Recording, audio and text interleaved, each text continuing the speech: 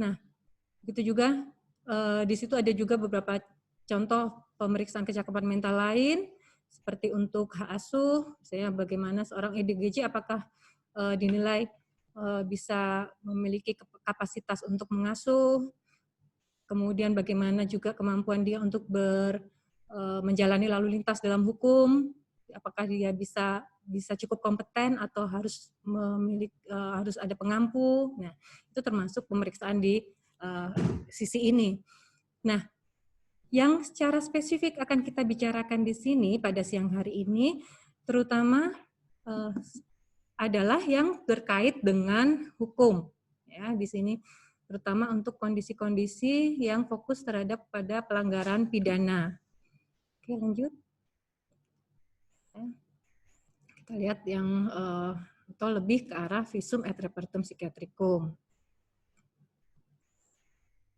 Nah, di Indonesia sendiri kita memiliki Kitab Undang-Undang Hukum Pidana di mana pada pasal 44 berbunyinya seperti ini, dan secara pasal ini seringkali menjadi seperti dasar untuk menggeneralisasi seakan-akan bahwa semua penderita gangguan jiwa akan bebas hukum apabila mereka melakukan tindakan hukum. Sebenarnya hal itu tidak sepenuhnya seperti itu, ya. Jadi tidak sesederhana seperti itu bahwa apabila dia pernah ada riwayat, misalnya, oh ini pasien rumah sakit jiwa Lawang kok, dia pernah tahun sekian dirawat, atau pernah menjalani rawat jalan, masih ada kartu berobatnya. Nah, kemudian yang bersangkutan ternyata melakukan tindakan kekerasan dan kemudian berdampak ada tuntutan untuk penganiayaan atau masuk ke dalam dia melakukan pembunuhan atau perusakan properti, tidak semata-mata bahwa yang bersangkutan langsung dianggap tidak dapat mempertanggungjawabkan perbuatannya. Oke, ada undang-undang juga nanti yang akan kita lihat di belakang tentang Undang-Undang Kesehatan Jiwa. Lanjut, Mas.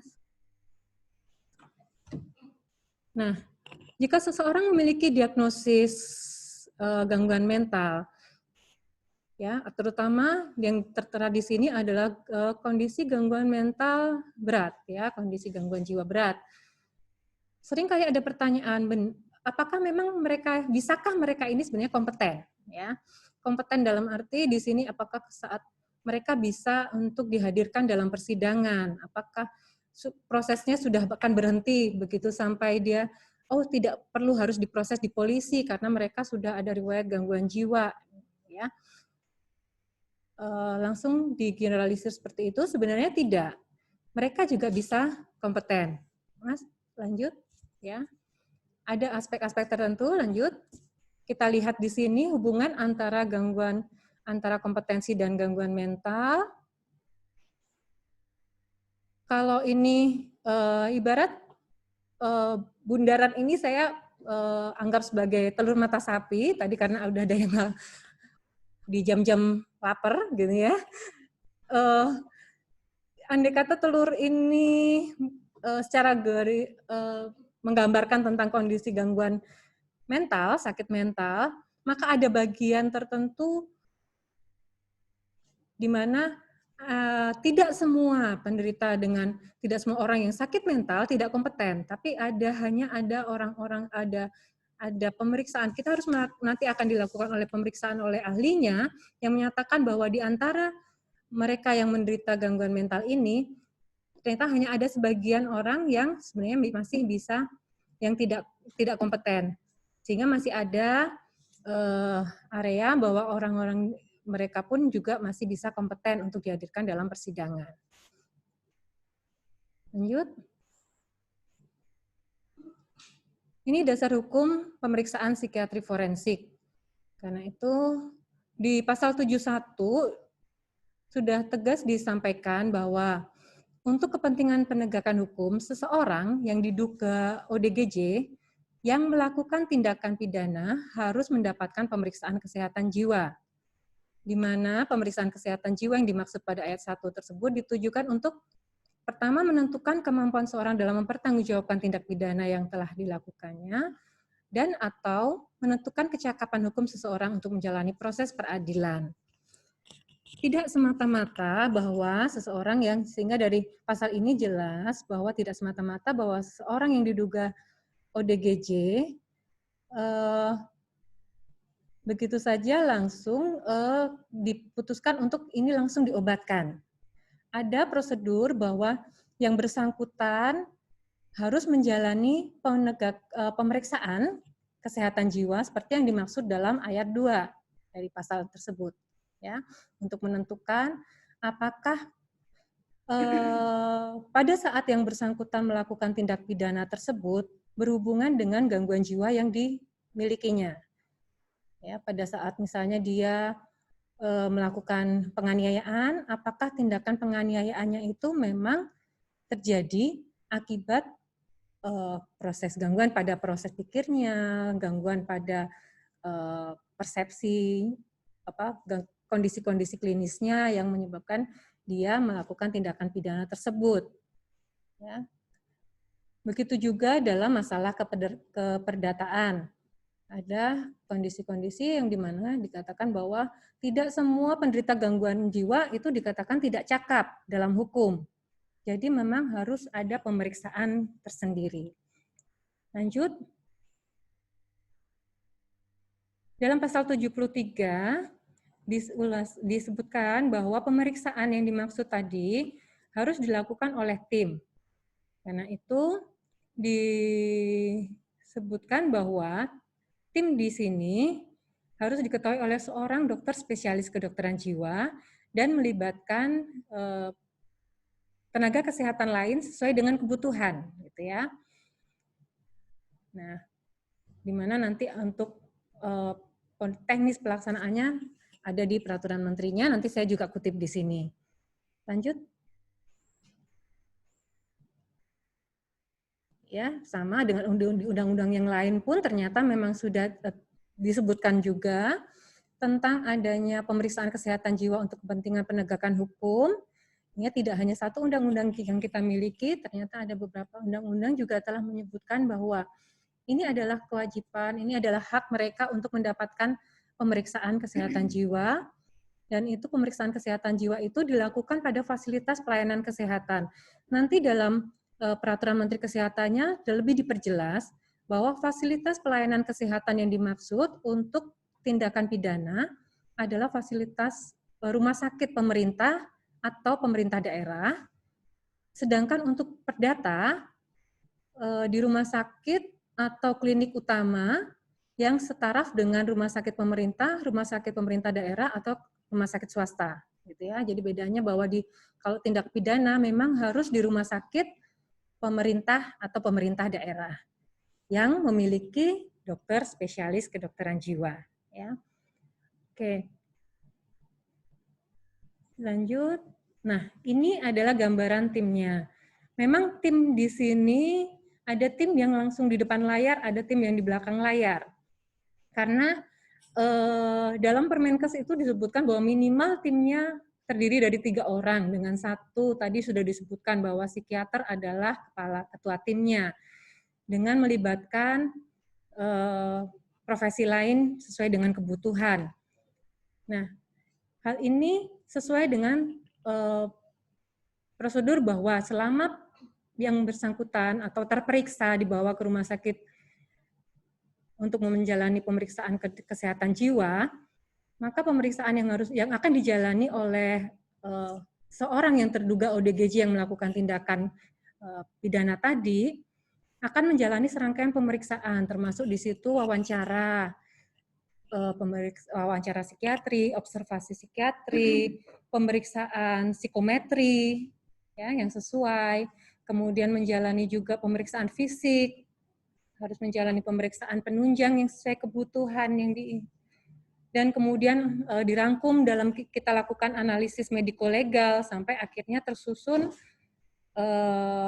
suatu visum et repertum psikiatrikum tersebut. Bahkan disebutkan juga ada selain standar di sumber daya manusia itu juga ada standar dari fasilitas yang ada, misalnya rumah sakit atau fasilitas pelayanan kesehatan tersebut harus memiliki ruang perawatan yang aman, memiliki CCTV untuk pengawasannya, memiliki perlengkapan audio, kemudian ada keamanan yang menjamin, tidak hanya menjamin keamanan dari terperiksa, tapi juga menjamin keamanan dari tim yang memeriksa, ya. Jadi saat pemeriksaan itu tim juga harus aman, begitu juga yang diperiksa juga harus aman. Di sini maksud aman di sini adalah tidak melarikan diri, kemudian tidak ada tindakan yang bisa bunuh diri misalnya, kemudian terperiksa juga terlindung dari kekerasan yang bisa dilakukan oleh orang dari luar, atau terperiksa sendiri tidak melakukan kekerasan terhadap pasien lain, seperti itu. Baik, lanjut. Nah, ini adalah Peraturan Menteri Kesehatan Nomor 77 Tahun 2015 yang merupakan peraturan pelaksana dari Undang-Undang tadi Kesehatan, terutama di sini yang mengatur tentang pemeriksaan kesehatan jiwa untuk kepentingan penegakan hukum.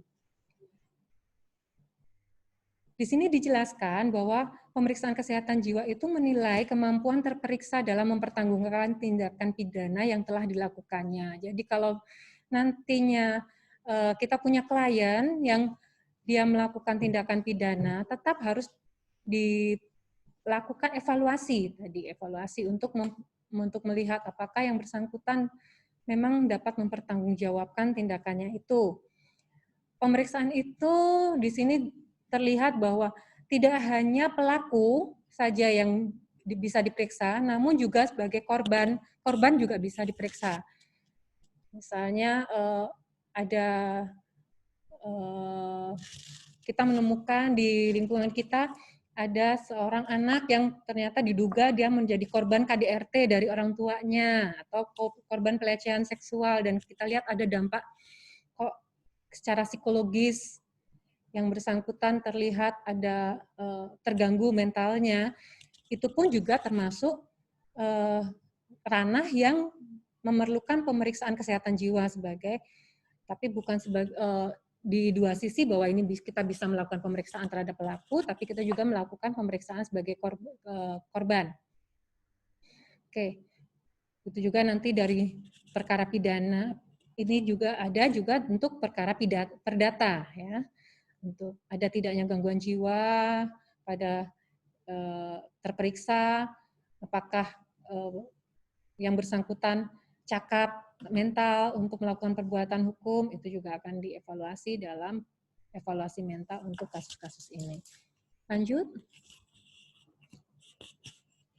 Nah, yang harus digarisbawahin lagi adalah bahwa dalam menerbitkan pemeriksaan dan sebelum kita melakukan pemeriksaan kejiwaan, pemeriksaan itu hanya bisa dijalankan apabila kita mendapat surat permohonan.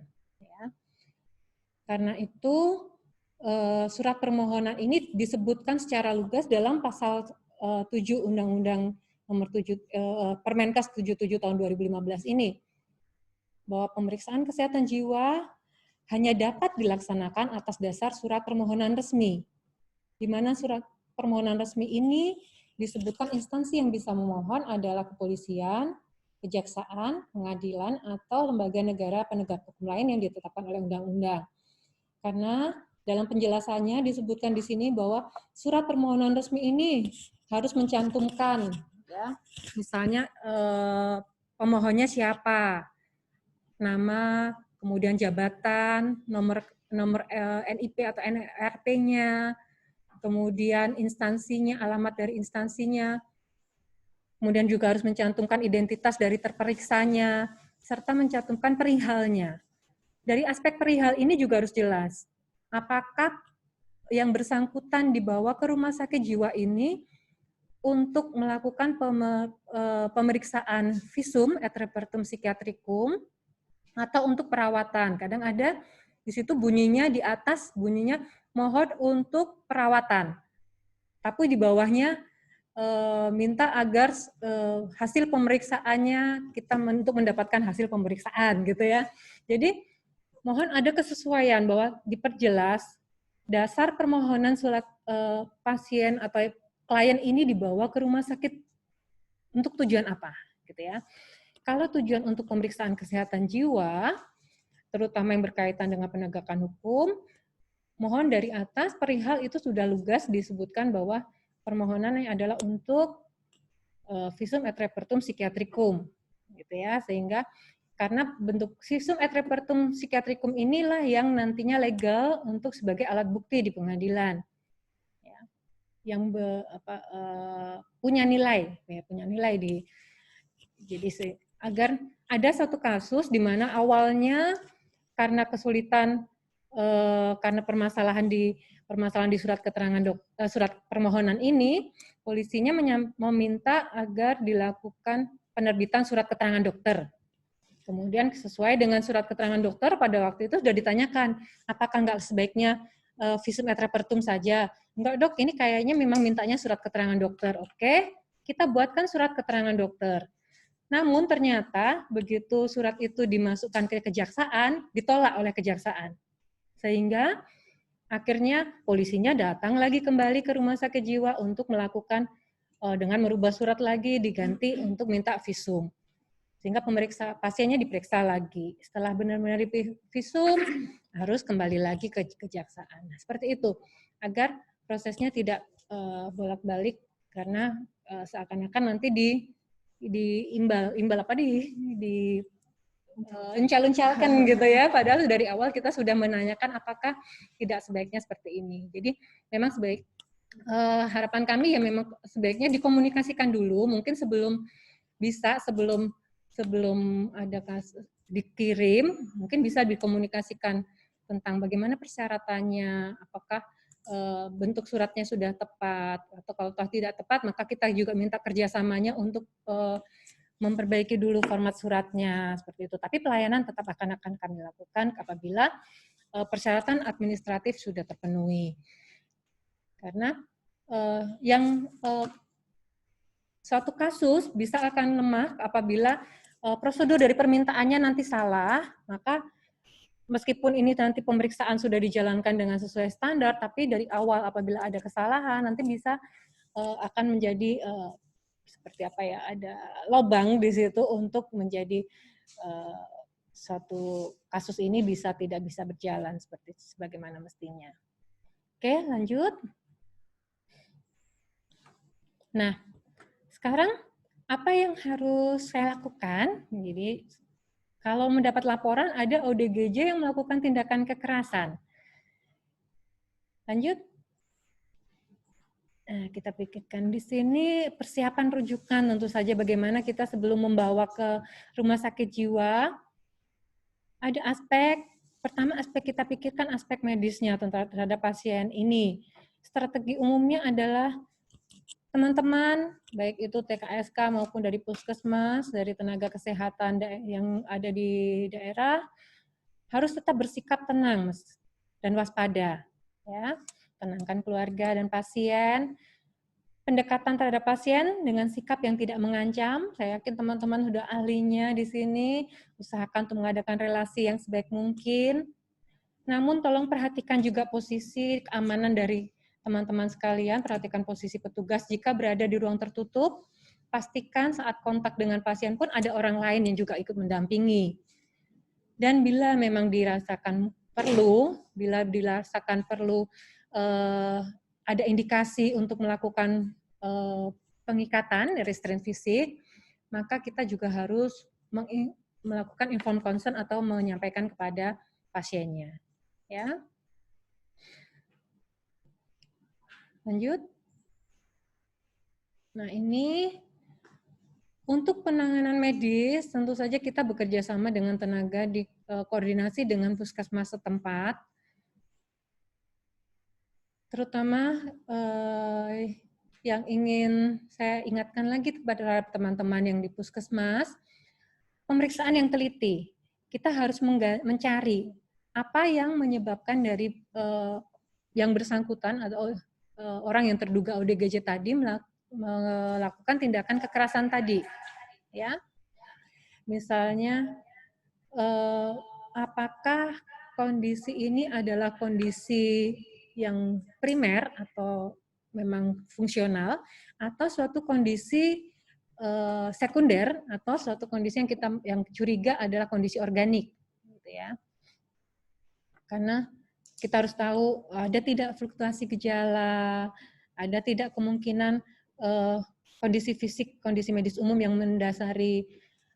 Perhatikan teman-teman juga kadang-kadang harus waspada ada kemungkinan dehidrasi. Karena pasien-pasien dengan kondisi psikiatri yang akut, kadang-kadang saat mereka gaduh gelisah atau saat mereka dalam kondisi kecemasan atau kebingungan akut mereka, sudah sering lupa makan, beberapa hari intake-nya tidak adekuat, itu pun juga bisa menyebabkan kondisi-kondisi organik. Jadi pada saat mereka melakukan tindakan yang agresivitas, kita harus pastikan jangan-jangan apakah ini kondisi organik atau kondisi fungsional, memang karena gangguan jiwa fungsionalnya yang timbul atau memang kondisi organik tersebut yang menjadi pencetusnya, ya.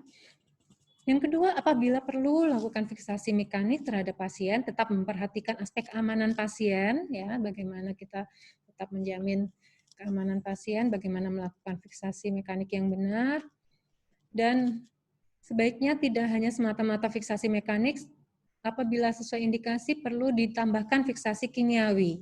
Ya, teman-teman di puskesmas, mungkin obat yang tersedia, klorpromazin, ya, dapat diberikan klorpromazin, tapi hati-hati jangan diberikan bila tekanan darahnya kurang atau sama dengan 90/60 mm/Hg, dan hati-hati pada penderita yang lansia atau yang curiga kondisi-kondisinya tidak stabil tadi secara fisik, ya. Karena hipotensi ortostatik seringkali terjadi pada kondisi-kondisi ini. Kemudian apabila ada haloperidol injeksi, dapat diberikan intramuskuler atau intravena pelan, ya, dengan monitoring tekanan darah dalam 15-30 menit. Dan pemberian obat itu juga dapat diulang sampai tercapai kontrol yang adekuat terhadap gaduh gelisahnya. Ya. Di sini dikatakan adekuat, artinya cukup stabil untuk mobilisasi. Tidak berarti bahwa semuanya teratasi di fase yang pertama, namun cukup adekuat untuk dipindahkan atau dirujuk ke rumah sakit jiwa atau rumah sakit umum daerah. Oke, lanjut. Nah, tadi aspek medisnya kita koordinasi dengan puskesmas atau tenaga kesehatan setempat. Perhatikan juga tentang aspek administratif, ya, karena kita sudah jauh-jauh misalnya dari daerah membawa pasien atau orang dengan ODGJ tadi. Namun apabila ODGJ tadi sudah dengan riwayat baru melakukan tindakan pidana, kita harus melalui kepolisian, ya. Tetap harus ada seperti tadi disebutkan di depan bahwa pasien ini harus menjalani pemeriksaan kesehatan jiwa, maka pemeriksaan kesehatan jiwa itu hanya bisa dengan surat permohonan dari kepolisian, sehingga hanya polisi nanti yang akan sebaiknya membawa surat permohonan dari kepolisian. Untuk kasus seperti ini, maka penanggung jawabnya nanti adalah kepolisian, ya. Dan meskipun terperiksa sudah memiliki BPJS atau punya kartu KIS, namun untuk prosedur awal pemeriksaan kesehatan jiwa, memang pembiayaannya sampai saat ini kita pembiayaan masih umum, ya, selama pemeriksaan. Nah, namun nanti setelah pasien itu kemudian dinyatakan gangguan jiwa dan memang sudah keluar surat hasil pemeriksaannya bahwa yang bersangkutan terbukti gangguan jiwa dan memerlukan pengobatan, sehingga kita sudah mengeluarkan surat kepada kepolisian, baru nanti setelah ada surat balasan dari kepolisian bahwa apapun prosesnya nanti ya, mungkin apakah polisinya kemudian menerbitkan berdasarkan surat keterangan yang kami terbitkan tersebut akan dikeluarkan SP3, ya, surat penghentian penyidikan, sehingga nantinya maka pasien itu bisa menjalani pengobatan, baik itu pengobatan mau rawat jalan ataupun rawat inap dengan pembiayaan yang tadi sudah dimiliki, apakah dengan BPJS atau dengan KIS atau dengan pembiayaan jam keseda misalnya ya. Oke, kita memang menyarankan sebaiknya datang pada hari atau jam kerja ya. Nah, sekarang bagaimana kalau ternyata kasusnya itu terjadi di luar jam kerja? Meskipun kita di luar jam kerja, tapi tetap kami mohon teman-teman tetap untuk memperhatikan prosedur ini. Jadi ya, prosedur ini tetap meskipun di luar jam kerja, kita tetap tidak memotong bahwa nanti kita pokoknya dibawa dulu ke sana gitu ya, tanpa melalui kepolisian, tapi tetap harus ada koordinasi dengan pihak kepolisian. Bahwa pasien ini juga satu harus tetap diamankan, pasien ini tetap harus mendapatkan haknya untuk dapat diperiksa, tapi juga kalau dia memang memerlukan pengobatan, pasti tetap harus mendapatkan pengobatan sesuai dengan kegawat daruratannya gitu ya. Misalnya dia memang dalam kondisi gawat darurat yang terjadi di luar jam kerja, maka tetap bisa dibawa ke UGD. Nanti kami akan melakukan asesmen untuk melihat kegawat daruratan apa yang bisa kami tangani segera. Oke, lanjut. Ini adalah persyaratan untuk permintaan surat keterangan kesehatan jiwa. Terutama untuk pidana, kasus pidana, syarat umum yang diwajibkan, yang diharuskan adalah harus ada surat permohonan tadi ya. Ini memang bunyi pertama, memang surat permohonan itu penting sekali ya. Surat permohonan pemeriksaan kesehatan jiwa atau visum dari penyidik atau jaksa atau hakim yang ditujukan kepada direktur utama. Kemudian syarat-syarat administratif lain yang diperlukan, baik untuk pemeriksaan poliklinis maupun nantinya kalau dia memerlukan rawat inap sesuai dengan prosedur yang lain. Rawat inap di sini yang dimaksud kadang-kadang pemeriksaan untuk kesehatan jiwa tidak selesai hanya dalam satu periode pemeriksaan. Kadang-kadang kita memerlukan observasi dari ODGJ tersebut dalam penyusunan dalam penegakan diagnosa atau penyusunan surat tadi ya, sehingga untuk sementara yang bersangkutan harus dilakukan rawat inap untuk menjalani observasi tersebut. Nah, syarat khusus lain harus ada berita acara pemeriksaan dari kepolisian atau setidaknya surat keterangan belum dapat dilakukan pembuatan BAP kalau memang pembuatan BAP-nya belum dilakukan. Kemudian ada surat pembantaran kalau memang terperiksa memerlukan observasi ya. Jadi selama proses penyusunan visum ini masa penahanan dari terperiksa tidak terpotong. Jadi tetap menjalani pemeriksaan, bagian dari pemeriksaan ini maka diperlukan surat pembantaran. Begitu juga harus ada surat pernyataan bersedia menunggu. Nah, surat bersedia menunggu ini kami tujukan kepada pihak kepolisian karena tadi pada saat pasien itu datang dibawa ke rumah sakit pada kasus-kasus yang melakukan tindakan kekerasan yang berdampak tindakan pidana, maka penanggung jawabnya adalah kepolisian, sehingga dan itu tertuang dalam peraturan Menteri Kesehatan. Lanjut, Mas. Nah, di sini disebutkan secara jelas bahwa pemohon pemeriksaan kesehatan jiwa untuk menegakkan hukum, tadi di ayat sebelumnya kan dikatakan bahwa pemohonnya hanya boleh dari pihak penyidik kepolisian, kejaksaan, ataupun hakim melalui pengadilan gitu. Ini disebutkan bahwa pemohon itu harus menjaga, ya, sehingga kita tadi meminta agar surat keterangan untuk menjaga. agar terperiksanya tidak melarikan diri, tidak melakukan usaha bunuh diri, atau melakukan pembunuhan atau tindakan kekerasan. Bahkan kadang-kadang kita juga menjaga agar terperiksanya tidak mendapat kekerasan juga dari orang lain. Dan pembiayaan bertanggung jawab ditanggung oleh pemohon. Oke. Baik, lanjut. Nah, ini adalah gambaran dari pelayanan dari psikiatri forensik di Rumah Sakit Jiwa Lawang.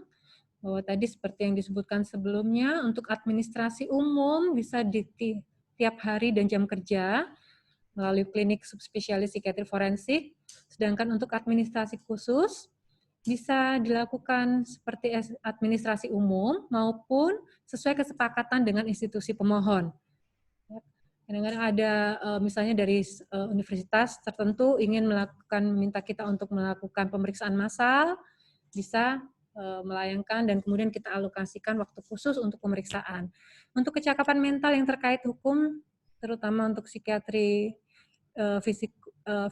visum et repertum psikiatrikum pidana, waktu pelayanan artinya 7 hari seminggu dan 24 jam sehari, ya. Jadi meski di jam kerja dan di luar jam kerja, kita tetap melayani. Ya, kapanpun datang, asal persyaratan tadi tolong diperhatikan. Bahkan karena kita menyadari bahwa kasus-kasus pidana pun dapat terjadi di luar jam kerja. Ya.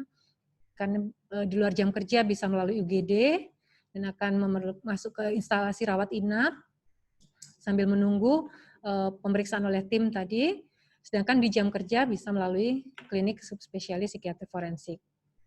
Oke, begitu juga nanti sedangkan untuk kecakapan mental perdata dan yang tidak terkait hukum, sampai saat ini kami juga masih sesuai prosedurnya adalah sesuai dengan administrasi umum, yaitu di hari dan jam kerja. Baik, saya rasa itu aja, dan sekarang adalah sesi kita sharing, gitu ya, sharing kasus untuk kita buka tadi pertanyaan-pertanyaan dan kemudian apa masalah-masalah yang selama ini dihadapin. Oke. Terima kasih Dokter Alexa. Mungkin tadi saya ulang sedikit ya teman-teman bahwa ada beberapa persyaratan administratif yang bukan dibuat oleh RSJRW. Jadi kalau misalnya harus ada surat permintaan dari pihak penegak hukum segala macam, itu memang diatur dalam perundang-undangannya seperti itu gitu. Nah, jadi kadang-kadang kami terasa terkesan rewel, kok susah ya gitu. Nah, padahal itu sebetulnya untuk menjaga supaya kita tidak menemui kerepotan di kemudian hari gitu ya Dokter Alexa ya. Kemudian mungkin ada beberapa pertanyaan yang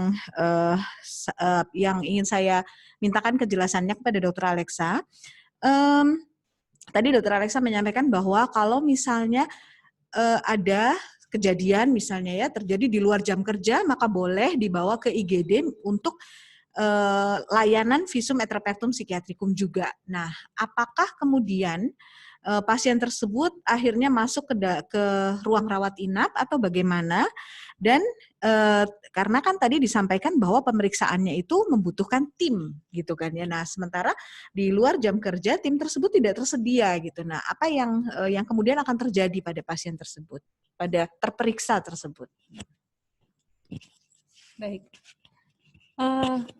Di sini nantinya untuk pasien-pasien atau terperiksa yang dibawa di luar jam kerja yang masuk melalui UGD, maka prosedur yang akan berlaku di rumah sakit kami adalah untuk pertama, petugas yang ada di UGD, baik terutama untuk dokter jaga dan perawat yang akan mengakses tentang akan dilakukan triase ya, akan dilakukan kemudian dilakukan screening, adakah keberbahayaannya gitu ya, adakah keberbahayaan kondisinya, dilakukan baik itu pemeriksaan fisik maupun pemeriksaan psikiatrinya. Kalau memang ada kondisi-kondisi fisik yang ternyata kemudian memerlukan penanganan segera, kadang-kadang ada pelaku tindakan kekerasan kan barusan di masa misalnya gitu ya, di masa kemudian ada luka-luka, itu tetap harus ditangani. Ada kondisi-kondisi misalnya dehidrasi harus segera diatasi. Nah, penanganan-penanganan seperti itu sambil juga menunggu hasil pemeriksaan laboratorium untuk melihat kondisi apakah seringkali memang pada saat penderita itu mengalami kondisi gaduh gelisah, abnormalitas laboratorium itu kita temukan, ya, baik itu sehingga mungkin kadang-kadang teman-teman harus menunggu berapa lama untuk mendapatkan hasil pemeriksaan laboratorium, kemudian dari hasil abnormalitas laboratorium itu juga ada, andai kata ada abnormalitas juga harus diatasi dulu dengan konsultasi kepada dokter yang penyakit yang terkait gitu ya, entah itu penyakit dalam atau kemudian kita kecurigaan suatu kondisi neurologis mungkin ada. Nah, semua artinya life saving tetap akan kita jalankan ya. Dan kemudian setelah life saving itu kita anggap aman, pasien itu tentu saja kita baru akan melihat kita akan ke berikutnya adalah tentang bagaimana kasus forensiknya gitu ya. Kasus forensiknya. Pasien ini tetap harus menjalani pemeriksaan forensik misalnya. Namun ada kondisi-kondisi tertentu bahwa memang tadi seperti dijelaskan oleh Dr. Yuniar bahwa kasus forensik itu harus pemeriksaan kesehatan jiwa itu dilakukan oleh tim dan tim itu adanya hanya di jam kerja. Sehingga yang bersangkutan nanti akan dimasukkan untuk observasi untuk masuk ke ruang rawat inap di ruang terutama di ruang intensif, gitu ya, kan sementara di ruang intensif dan tentu saja akan dilihat juga kondisinya kejiwaannya cukup stabil apakah tidak karena pada Permenkes itu sendiri juga disebutkan bahwa untuk pemeriksaan kesehatan jiwa yang bersangkutan tidak mendapatkan terapi, ya. Terapi dalam arti terapi untuk gangguan jiwanya, tapi untuk terapi yang lain, misalnya kalau dia sakit atau dia fisik, maka dia akan harus tetap mendapatkannya. Tapi terapi untuk gangguan jiwanya, kalau itu tidak suatu kondisi yang emergensi, misalnya mau ngancam mau bunuh diri atau benar-benar dia gaduh gelisah yang benar-benar layak, itu baru akan dijadi pertimbangan untuk pemberian terapi. Jadi kalau pasien itu cukup stabil untuk tanpa terapi, maka pasien itu tetap tanpa terapi tetap akan masuk ke ruang intensif. Gitu. Selama berapa lama? Untuk pemeriksaan, nah nantinya pada jam kerja sesegera mungkin nanti akan dikoordinasikan pada DPJP ya. Setiap pasien nanti memiliki dokter penanggung jawab pelayanan. Nah, dokter penanggung jawab pelayanan ini nanti yang akan mengkoordinasikan untuk pemeriksaan tim yang akan dilakukan. Mengumpulkan kira-kira pemeriksaan apa yang diperlukan tadi seperti tadi mulai dari wawancara psikiatrinya oleh psikiater, kemudian mungkin perlu second opinion oleh psikiater kedua, kemudian harus menjalani psikometri oleh psikolog klinis, kemudian melengkapi lagi dengan mungkin pemeriksaan penunjang atau konsultasi kepada spesialis lain. Nah, selama menjalani observasi ini, waktu biasanya disebutkan di peraturan itu adalah 14 hari. Ya. Namun, maksimal 14 hari dan dapat ditambah 14 hari lagi apabila waktu itu masih kurang, dirasa kurang. Tapi bila kurang dari 14 hari ternyata sudah jelas, sudah dapat ditegakkan diagnosanya, sudah surat analisis mediko-legal sudah dapat disusun, kemudian laporan itu sudah bisa jadi kurang dari 14 hari pun surat itu bisa keluar, gitu ya. Itu mungkin gambarannya. Baik, terima kasih Dr. Alexa. Jadi satu hal yang perlu teman-teman juga selalu ingat, kalau misalnya ternyata datang di luar jam kerja dan kemudian masuk lewat IGD, kemudian ternyata perlu diobservasi di ruangan forensik, sampai dengan diagnosisnya ditegakkan atau sampai dengan visum et repertumnya bisa dibuat, maka polisi harus menunggui selama proses tersebut terjadi, begitu ya Dr. Alexa ya, untuk menjaga keselamatan terperiksa, keselamatan pasien lain, dan juga keselamatan petugas. Seperti itu ya teman-teman. Jadi mungkin kalau saya boleh ringkaskan dari yang tadi disampaikan oleh Dr. Alexa, kalau misalnya teman-teman dimintai bantuan untuk membawa orang yang sepertinya ada perkara hukum, pidana, terutama ke rumah sakit jiwa dalam kondisi gaduh gelisah, teman-teman pastikan sebetulnya yang diinginkan, yang tujuan membawa pasien tersebut ke rumah sakit itu apa, gitu. Karena perlakuannya berbeda dan persyaratannya berbeda. kalau misalnya dia dibawa untuk dimintakan visum et repertum, teman-teman pastikan untuk ketika nanti bertemu dengan polisi, sebelum membawa pasien ke sini, pastikan bahwa surat yang dibawa itu adalah surat dari polisi dan menyebutkan bahwa perihalnya adalah permintaan visum et repertum, gitu ya Dr. Alexa ya. Karena kalau tidak, nanti tidak akan dilakukan pemeriksaan untuk membuat visum et repertum, nanti bermasalah di belakang. Jadi pastikan bahwa suratnya adalah surat permintaan visum et repertum dari penegak hukum. Kemudian yang kedua yang harus diketahui adalah bahwa pembiayaan akan ditanggung oleh keluarga, polisi. Kemudian juga yang harus diketahui adalah bahwa ketika di observasi, kalau misalnya tidak langsung jelas kasusnya harus diobservasi, maka polisi harus menjaga. Itu yang di sini kalau misalnya dia sampai harus diobservasi di ruang forensik. Dan perlakuannya adalah kalau misalnya pasien ini gaduh gelisah dan lain-lain, itu memang kalau tidak membahayakan itu tidak akan diterapi karena kita harus melihat sampai dengan gejalanya muncul jelas, cukup memberikan fakta untuk bisa dibuatkan visum et repertum, gitu ya Dr. Alexa ya. Itu. Kalau misalnya dia ternyata memang bukan kasus hukum, teman-teman bisa langsung membawa ke RSJ dan perlakuannya adalah seperti perlakuan pasien biasa. Dan pembiayaannya bisa menggunakan penjaminan pembiayaan yang dimiliki oleh pasien gitu, misalnya BPJS ya BPJS, Biaskin ya Biaskin, seperti itu. Tapi teman-teman harus pastikan dulu apakah kasus ini memang bukan kasus hukum. Karena kalau misalnya sudah terlanjur masuk ke dalam rumah sakit dan kemudian sudah diterapi, kemudian baru ada beberapa kasus yang kemudian muncul di belakang, tadi Dr. Alexa juga bilang, setelah dirawat seminggu, kemudian ternyata dimintakan visum et repertum psikiatrikum. Jadi itu memang hal yang sangat menyulitkan gitu karena pasien ini harus diulang dari awal gitu kali ya, di wash out dulu obatnya kayak gitu ya gitu.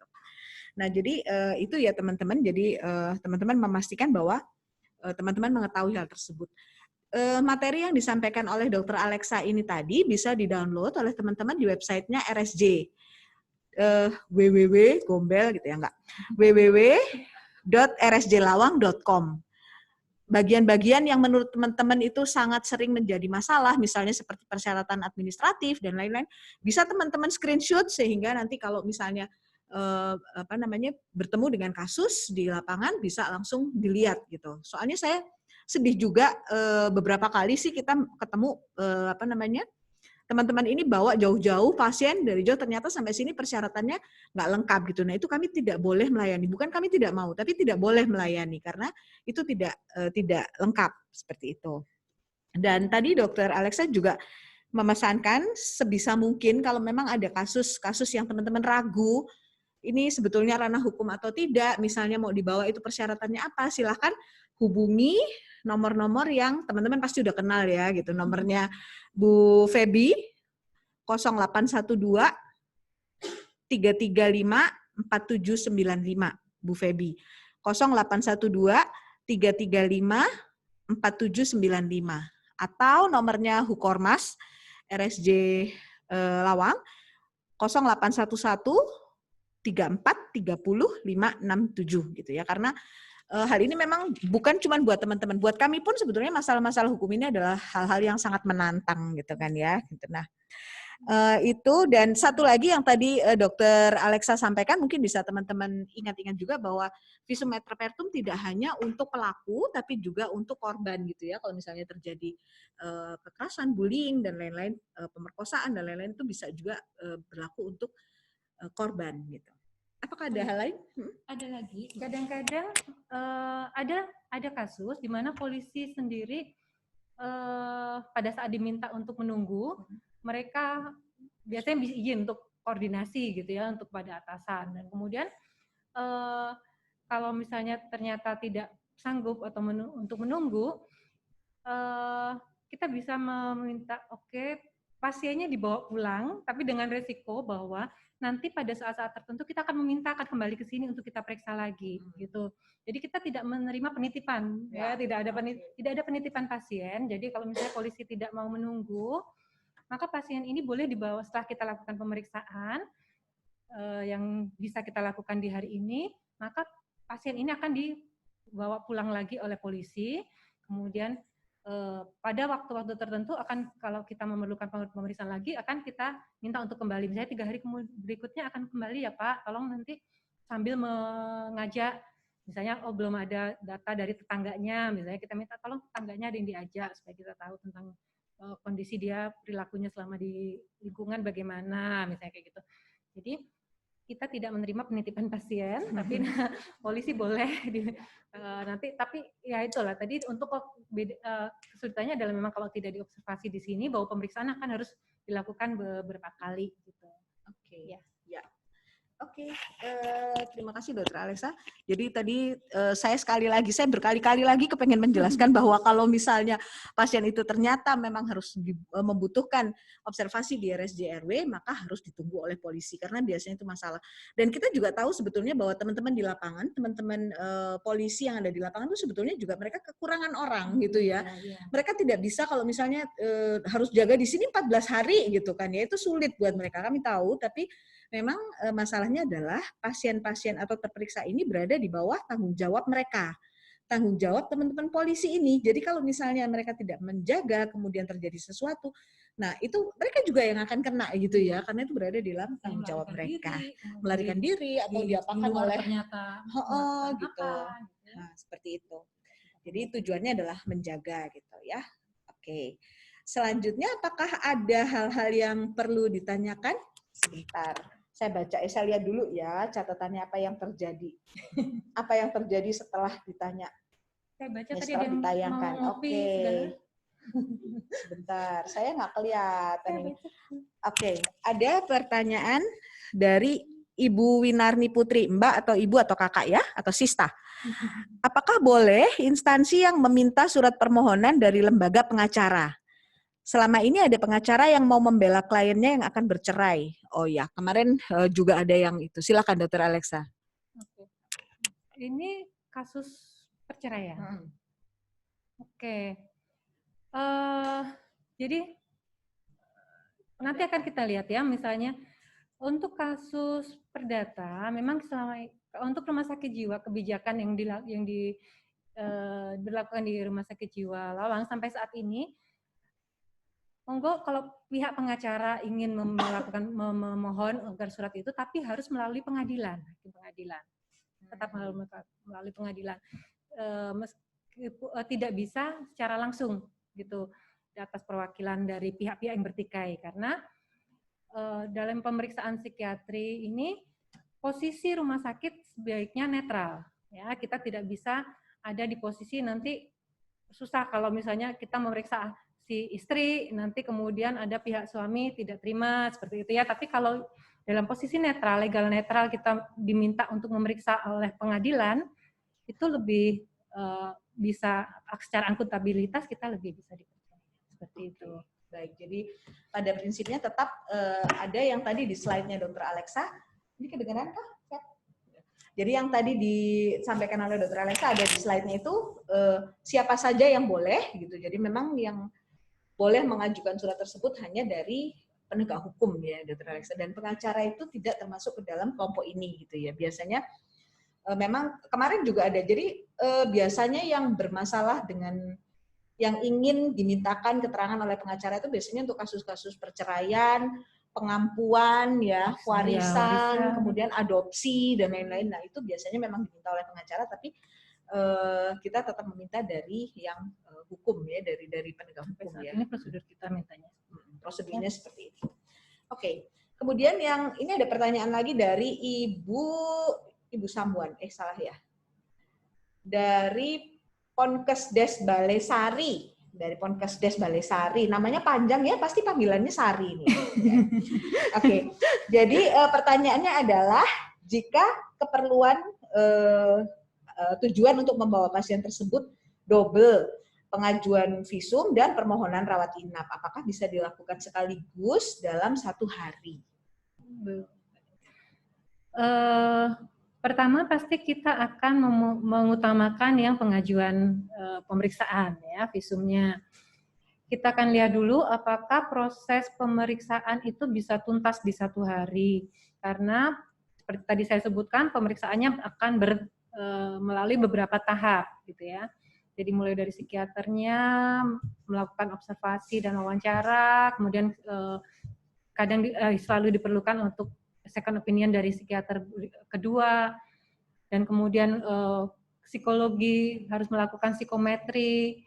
Nah itu semuanya kalau tuntas dalam waktu 1 hari dan gejalanya cukup jelas dan kita bisa mengeluarkan surat itu hanya surat keterangan visum, maka untuk berikutnya adalah setelah produk surat visum itu diterimakan oleh pemohon, maka pemohon harus membuat tadi seperti yang saya sebutkan, surat apakah setelah berdasarkan surat ini kasusnya jadi selesai atau tidak gitu ya. Kalau misalnya ini sudah ada keluar surat SP3 gitu ya, surat penghentian pemeriksaan, maka baru yang bersangkutan bisa dirawat gitu ya. Dan memang seringkali tidak bisa selesai dalam 1 hari karena pasti surat ini mulai dari tim pemeriksa mengadakan rapat untuk mediko-legalnya, untuk analisa mediko-legal, kemudian ke TU, dari TU kemudian baru dilakukan penerbitan surat gitu ya, surat menyurat. Nah, tapi indikator kami kita berharap bisa dalam minimal 5 hari kerja gitu ya, kita akan keluar surat itu keluar. Oke, terima kasih Dr. Alexa. Maksimal 5 hari kerja. Jadi teman-teman, sebetulnya tujuan kita dalam hal forensik ini adalah sebisa mungkin kita itu melindungi orang yang tidak bersalah gitu ya, gitu kan, dan mencarikan bahan untuk memberikan keadilan pada pihak-pihak yang bertikai gitu. Karena itu maka proses pemeriksaannya butuh waktu sangat lama karena banyak hal yang harus dipertimbangkan. Baik dari pemeriksaan langsung maupun hasil laboratorium, hasil ronsen mungkin kalau diperlukan, kemudian hasil rapat-rapat macam-macam itu deh. Jadi memang lama. Tapi yang tadi saya rasa yang ditanyakan oleh Ibu Sari mudah-mudahan sudah terjawab, bahwa yang jelas adalah ketika membawa pasien ke sini harus jelas tujuannya apa, mau dirawat atau mau visum gitu ya, karena perlakuannya beda. Kalau mau dirawat ya langsung dirawat, tapi kalau misalnya mau visum maka tadi persyaratan administratifnya harus jelas dibawa seperti itu, dan kalau sampai dia perlu dirawat harus dijaga oleh polisi gitu ya. Gitu ya Bu, saya nggak tahu nih namanya siapa, panggilannya Bu Sari aja ya karena namanya Konkesdes Balesari gitu kan ya. Oke. Kemudian berikutnya ada pertanyaan dari Pak Subagiono dari Bantur. Halo Pak, dari Bantur, makasih sudah bergabung. Pertanyaannya adalah bagaimana kalau klien ODGJ-nya yang menjadi korban, misalnya ODGJ-nya mengalami kekerasan seksual atau pemerkosaan. Silakan Dr. Alexa. Iya, tadi sudah disebut juga bahwa kami juga melayani untuk pemeriksaan pada korban, ya. Karena ini juga nanti untuk melengkapi berkas untuk penuntutan, untuk pemberkasan untuk pelakunya biasanya. Apakah penentuan hukuman pada pelaku kan juga dampak yang diakibatkan, sehingga kita harus memeriksa korbannya, ya, kondisi kejiwaan, terutama kalau dari segi psikiatri kan akan dilihat apakah tindakan yang dilakukan oleh pelaku menyebabkan dampak gangguan mental atau kondisi kejiwaan, mempengaruhi kondisi kejiwaan dari korbannya, sehingga tetap bisa teman-teman misalnya datang membawa korban dari tindakan kekerasan atau pelecehan seksual atau gitu. Dan itu pun dengan surat permohonan tadi, tetap dengan surat permohonan dari kepolisian, karena produk yang kita keluarkan tetap akan visum et repertum psychiatricum terhadap korban gitu. Ya. Jadi sama ya teman-teman, kalaupun misalnya dia korban, maka tetap harus jelas tujuannya apa, minta visum atau dirawat, kayak gitu kan ya. Jadi perbedaan yang dua itu yang teman-teman harus selalu ingat-ingat. Oke, mudah-mudahan bisa menjawab ya Pak siapa tadi? Pak Bagio.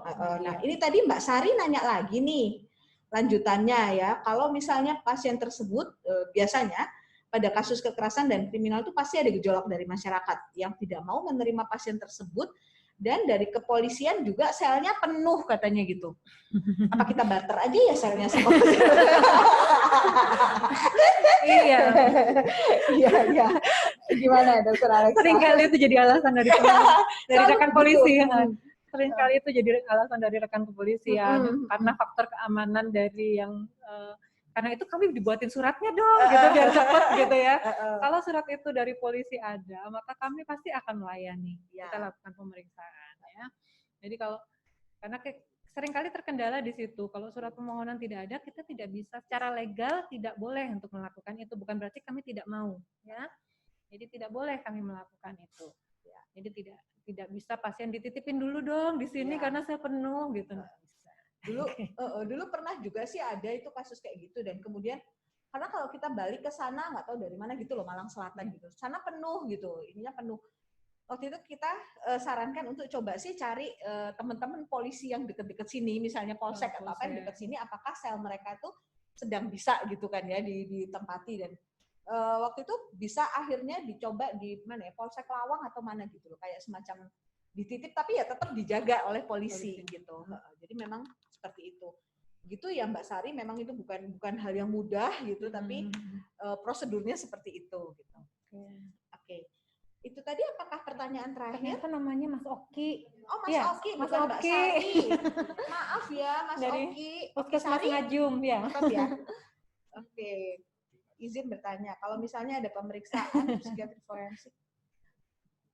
Oh, pertanyaannya ini seperti tadi yang disampaikan Dr. Alexa di awal-awal ya. Kalau misalnya ada permintaan untuk pemeriksaan psikiatri forensik, sementara pasien sudah pernah ada riwayat rawat inap sebelumnya, seperti apa perlakuannya? Saya rasa sama ya Dr. Alexa ya perlakuannya ya. Mungkin ini sekaligus untuk menjelaskan kepada teman-teman ya, bahwa pasien yang dirawat di rumah sakit jiwa, saya mengulang yang disampaikan Dr. Alexa, yang sudah pernah dirawat di rumah sakit jiwa itu tidak selalu akan selamanya memiliki diagnosis seperti itu gitu kan ya. Diagnosis di bidang kesehatan jiwa itu ada ratusan, teman-teman. Ada ratusan ya, yang suka selfie, yang suka belanja itu juga sudah diagnosis ya, gitu kan ya. Tapi walaupun nggak dirawat di RSJ ya. Terus ada yang seperti tadi Dokter Alexa singgung sedikit tentang gangguan organik ya, Dokter Alexa ya. Gangguan organik itu macam-macam, antara lain misalnya epilepsi. Epilepsi itu ada yang serangannya nggak berupa kejang, tapi berupa ngamuk misalnya, atau berupa halusinasi misalnya kayak gitu, sehingga dia kemudian membunuh orang dan lain-lain. Nah, dia pada saat tidak ada serangan itu, dia baik-baik aja gitu kan ya. Nah, jadi itu ya teman-teman, mohon dipahami bahwa tidak semua pasien yang dirawat di RSJ itu artinya sepanjang hidupnya dia akan memiliki kecakapan mental yang terganggu, gitu ya Dr. Alexa ya. Nah, karena itu setiap kasus selalu akan kita lakukan pemeriksaan kecakapan mental kembali, gitu ya Dr. Alexa ya. Gitu. Oke. Udah jam berapa? Udah jam berapa nih? Ini yang punya kamar udah mau nutup rumah nih. Jam 2:05. Oh, dikasih bonus. Udah habis kan ya pertanyaannya? Ada lagi? Yang mana? Ada lagi. Di tempat mana? Izin bertanya, sudah 2 hari yang lalu itu ya? Aku nggak lihat, coba kamu yang baca. Dari Pak Saiful Islam, benarkah? Ya. Oke. Sudah 2 hari yang lalu pasien kanker, Mas.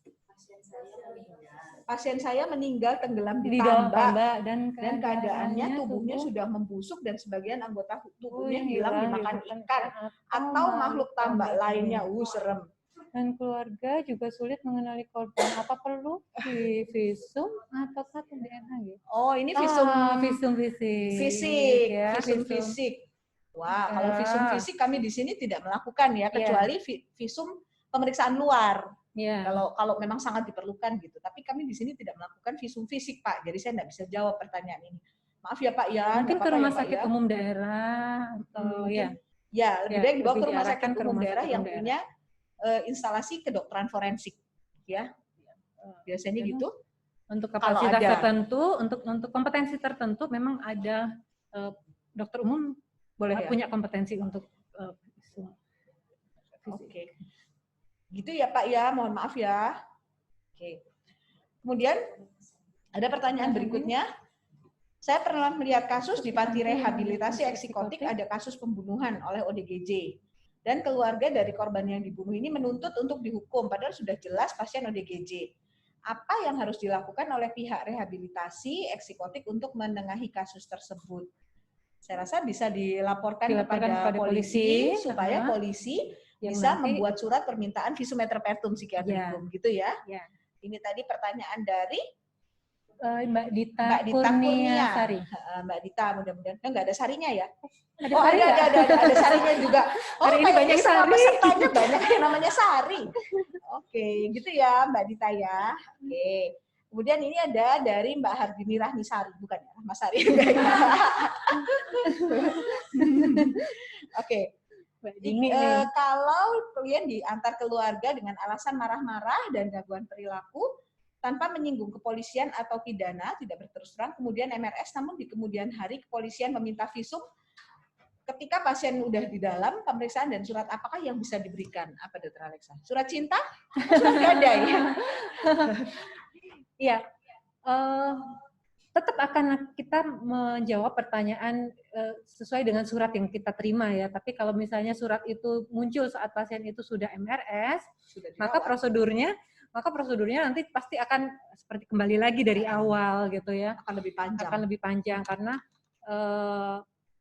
startnya mulai dari saat perawatan ini ke depan, mulai dari pasien itu kalau gejalanya sudah hilang berarti kan kita harus melakukan wash out untuk obat-obatan atau mungkin kita menelusuri, kita tracing lagi kasus kondisi pencarian fakta itu akan lebih susah gitu ya kalau pasien itu sudah di dalam. Padahal psikiatri forensik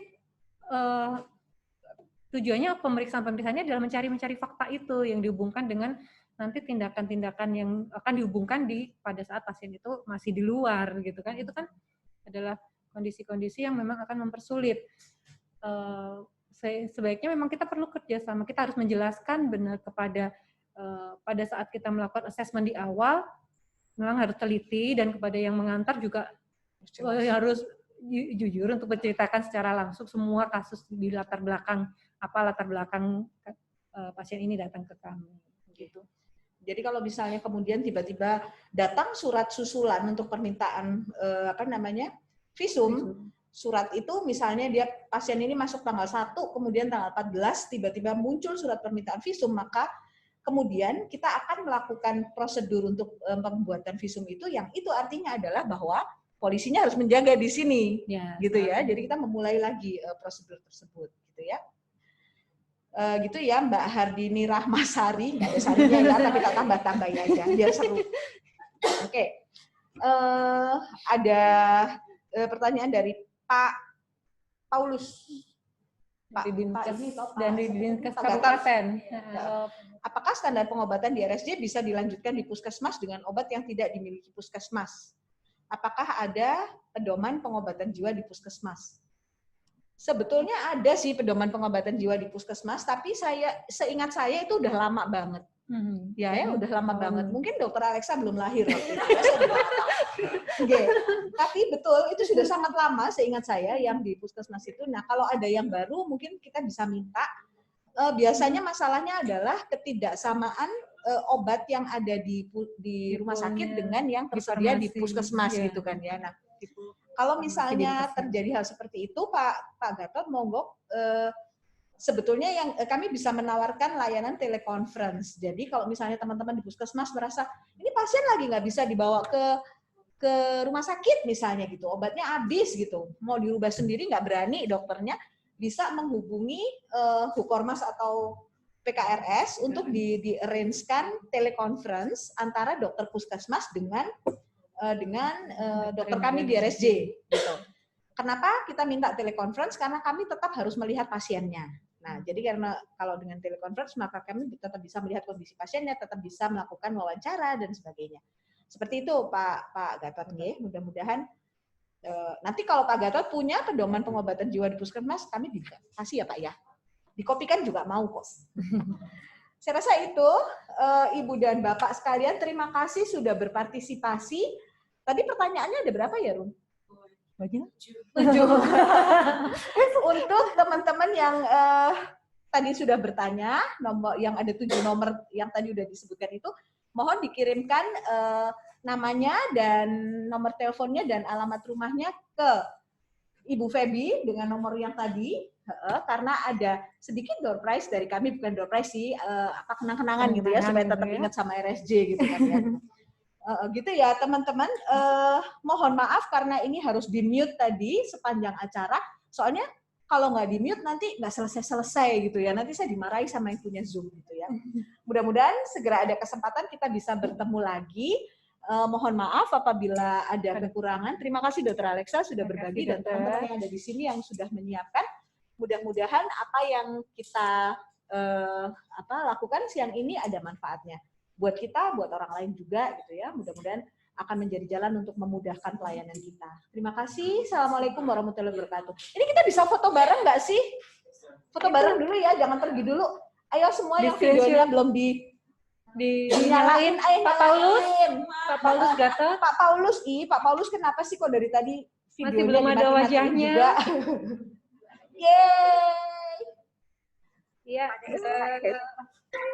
Zoom. Saya belum ada wajahnya lagi. Itu Pak Gatot. Nanti fotonya di-share sama Feby ya. Bu Maria Magdalena siapa? Masih belum ada fotonya? Penetapan luaran keperawatan kita menggunakan prinsip 2, 3. Oke, ada Mbak Wulan. Oke, makasih. Sampai ketemu lagi di topik berikutnya ya. Tetap sehat semua ya. Waalaikumsalam. Waalaikumsalam. Waktunya kurang, Bu. Waktunya kurang. Sebetulnya saya belum jawab. Sekaligus ngabuburit, guys. Kita ngabuburit sampai raya tangan. Dikit lagi ya, Bu. Nanti ya.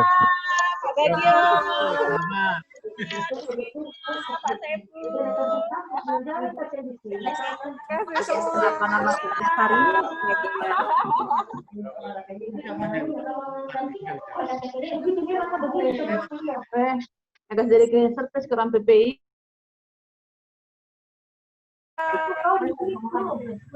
Main-main ke Probolinggo. Dari Probolinggo.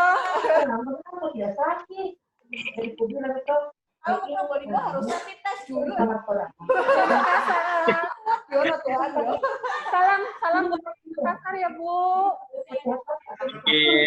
Tahu banget. RSKD jadi. Salam buat Mbak Iva. Monggo tiap bulan, tiap minggu.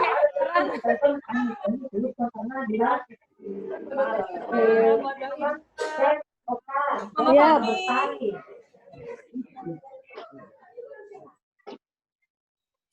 Dokter mau disebut. Dokter mau disebut.